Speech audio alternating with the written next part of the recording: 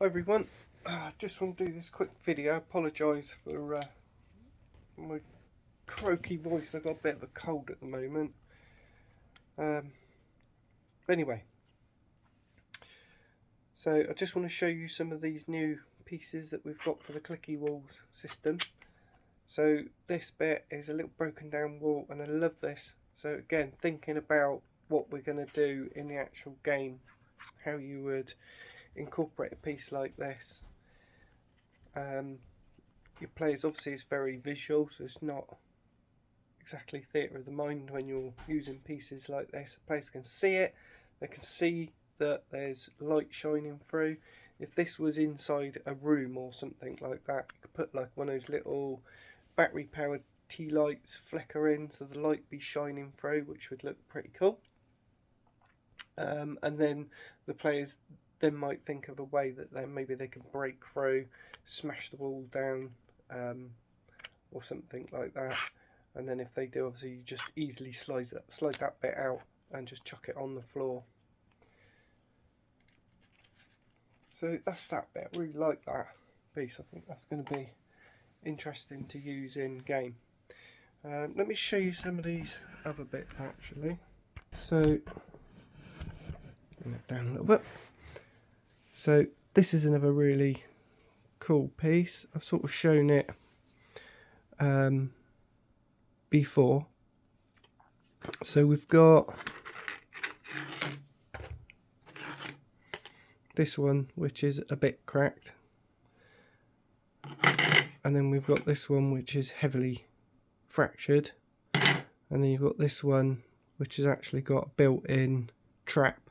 Technically this should probably be in the trial chambers, but I've put it in the foundations pack, and it basically, this piece can fall out, so it sort of just sits in there nicely like that. So there's three sort of supports that are holding it in place, and then if your little characters step on it, it can fall through.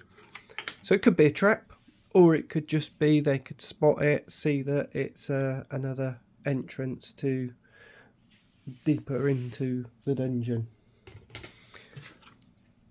Yeah, I've done a video on that butt wall one, haven't I?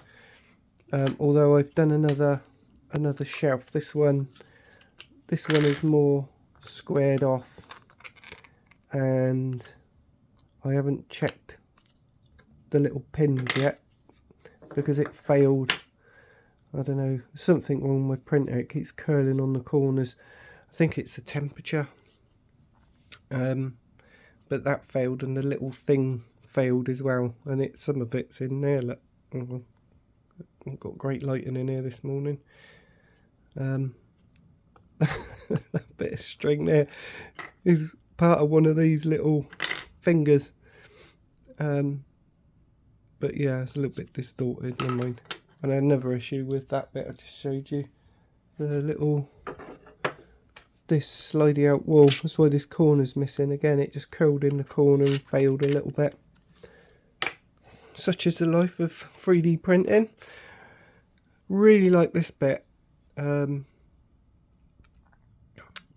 did it so that it's essentially a very small set of doorways, but they're windows, but you could pass through them. So you might say, if you've got a bunch of characters, obviously your gnomes and your halflings would easily be able to fit through a gap, even a human or an elf. But maybe if you've got an orc or something bigger like an ogre, maybe they wouldn't fit through. You might have to find an alternative route. So again, I'm trying to think about sort of play case scenarios with these pieces that we're producing. This is just a standard sort of archway. This one I might have to change it a little bit. I'm pushing the limits on the arch there, so it starts off okay, but as it gets to the top, it deformed a little bit, and so I might just need to bring the arch down a little bit so we've got less of an angle, so that it can print a little bit better up there. So obviously remember, none of these are printed with supports, So that's that. This one I've got to modify. So the idea of this, someone asked for a section with a whole wall, which is a door that opens up, which works perfectly. It needs a little bit of clean up when it comes out. Just because it was so big, the tags are a little bit bigger than we put on the little doors. So that just needs a little bit of clean up there, so that it can open either way, but it's got a nice sort of clicky close to it, which is good. But the reason why this needs changing is because I forgot to allow for the floor section, so when the floors are in, it won't open, so I just need to bring a little lip up. So something like this, look, where you can see it's got the little lip, so when the floor sections sit on, in fact that's a bit higher now, I've changed that. This one hasn't got a lip, but it has because I've changed that as well on there. Difficult remembering all the things that you need to do sometimes. So yeah, I just need to bring the bottom of that door off and bring a little lip up so it can be used with floor sections. We got a couple of these as well. These might just be used for a wall ending rather than it just being abrupt ending. It could just be used in that sort of situation, or with the stairs that we've got, you might want them just to finish off the stair wall nicely. I find that, you know, once you've got several levels going up, if I just click this, stick the button on there a minute, do that, and put this one on here. Ooh, that's a bit tight. So that fits on. And by the way, these connectors are working so much better than the old style rabbit ears. It is making my designing of the walls so much easier, and they're going together really well. I think they work better than the rabbit ears. It's easier to line them up because you're not trying to fit them in these little areas. And obviously we've got the end sections now as well, so there's like a little bit that you can print off that can go on there, which would lock that in. Although, if you imagine that's there, right, just have a normal one here, and then where's my other one? It might have something like that. We could have a pillar here, and then that could go up to the next floor. So you might find that, you know, when that goes on, we've got another little end section there, so that would go on, and you can see how this whole thing starts stacking up, how you can make some really unusual but cool designs. And this is what I wanted to say to you guys about this. When you're building dungeons, think about how you're going to do it. I'm going to do a video over the next week or so about dungeon design, dungeon layout, and how I do it, and how you can come up with these real cool concepts. So you design everything just on a piece of paper first, and then once you know how you're going to lay it out, then you can just print out the pieces that you need for it. So that's that. Oh, this is another cool bit that I've just done. Now, I wasn't going to do the rounded walls just yet. I was going to wait and do those for the castle bundle. However, as I'm doing these underkeep, it's becoming more and more obvious to me that the underkeep is just going to be part of that castle. It's a bit tight, this one. Again, I didn't print properly on that printer. Let me just click that out.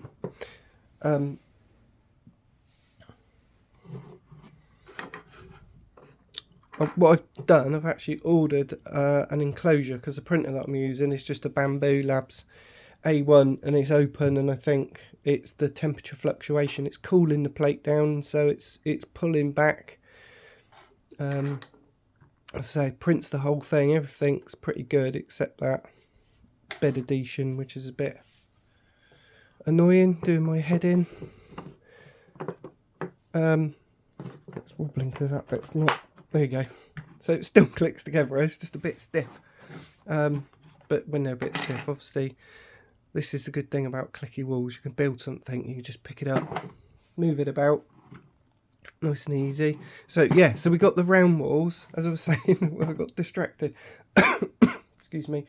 So the round walls I was going to do with the castle, but I thought, no, I'm going to do it. I've been putting it off because it's so difficult doing that. You know, all those blocks, bending them around the corner, it's a bit of a headache doing that. We've got this little corner section here that can go on. You could put that in, or you could put one of the little feet in there. I haven't got any feet here with me at the moment.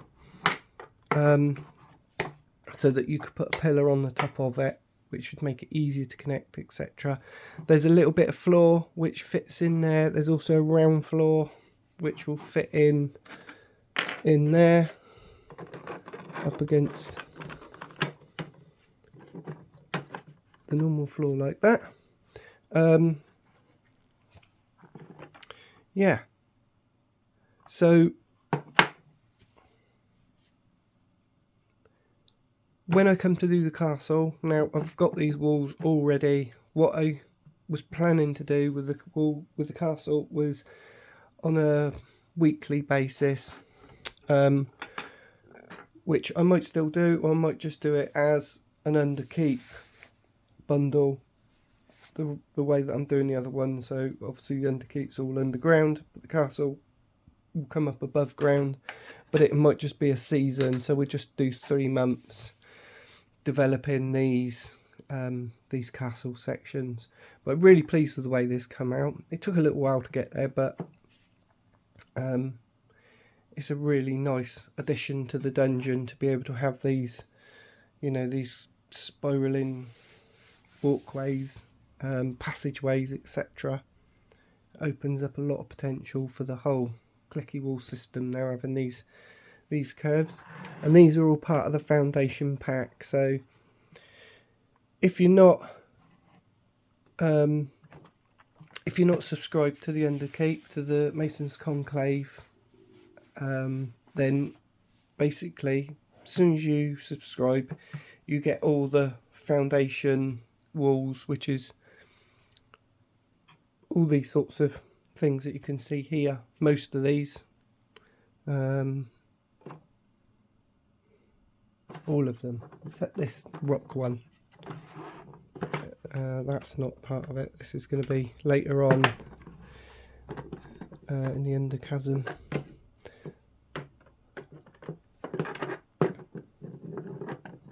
I just realised that because I've got those little blocks, so it's a little bit high, so that's sitting a little bit higher, which is stopping that going down. So that is on my list to fix, along with fixing this big dot. But that's going to have to wait until next week now, because I am going on holiday. I did redo these. I can't remember.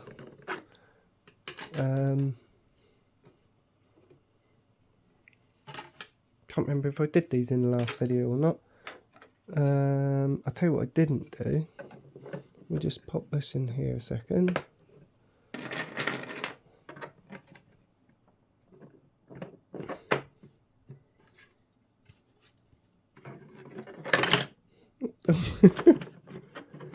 So if that floor goes in there like that.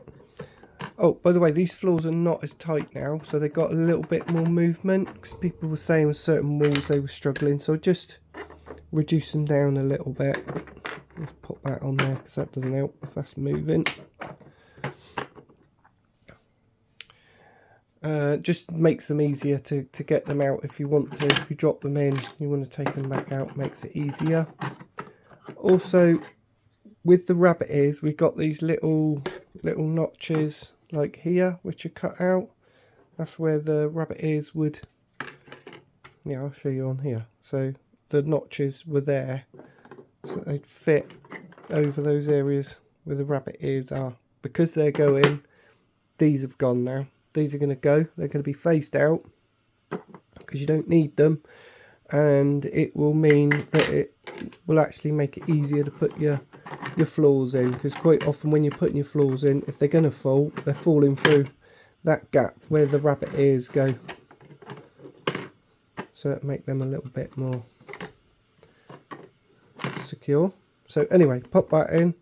This is the trapdoor. It's got a little handle.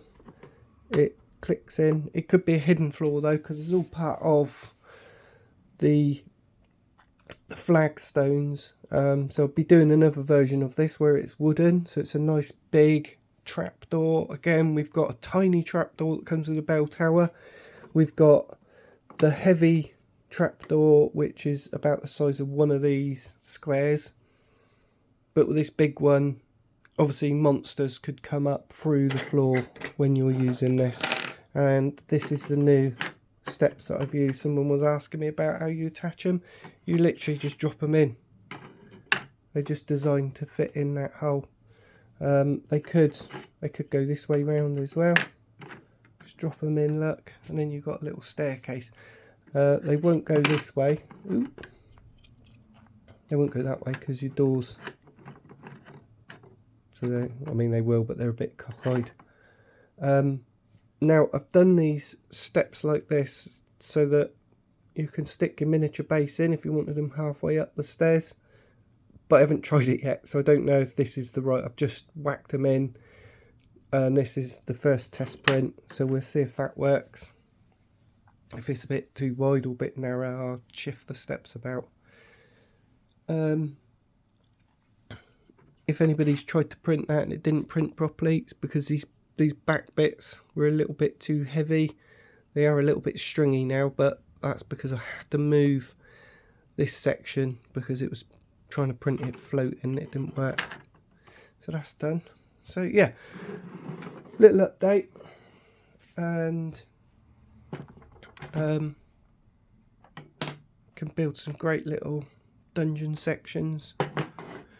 And for anybody who hasn't used the clicky wall system, the system is really good, even if I do say so myself. The other thing I was just going to say quickly before I go, I was just touching on it when I was saying about designing dungeons. One of the things I think people need to consider is that you don't have to build it all boxed in. So this front bit, you could leave it open like this. So we just take that off. Obviously, because you can just easily take these levels apart, so you can get to those levels easily enough. But if you leave these open, I wouldn't leave them unsupported. This is where the little beams come in.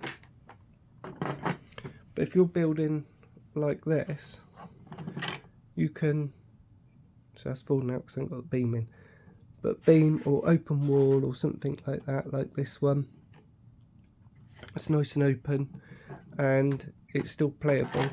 Or if you wanted to make it easier, you do it 2 levels high. So your next level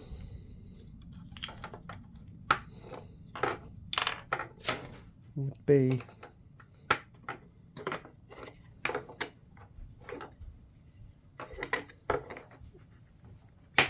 up here, and then you put the floor section in. Let me just pop another wall in there.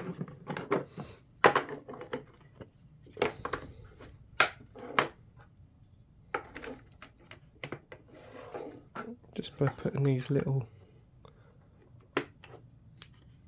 in connectors in, just locks everything in a little bit better, makes everything more rigid. Now you put a floor in here. and this becomes an easy playable space, and so does this. Having 2 levels, 2 stacks at a time, will just make it easier. I'll just move that, just so you can see, and you can imagine playing in this sort of is a bit more open, is a bit easier. This is only 1, but if you imagine you've got this 4, 5, 6 wide, and then you've got another level on the top, and then you've got stairs going up to it, it becomes a very interesting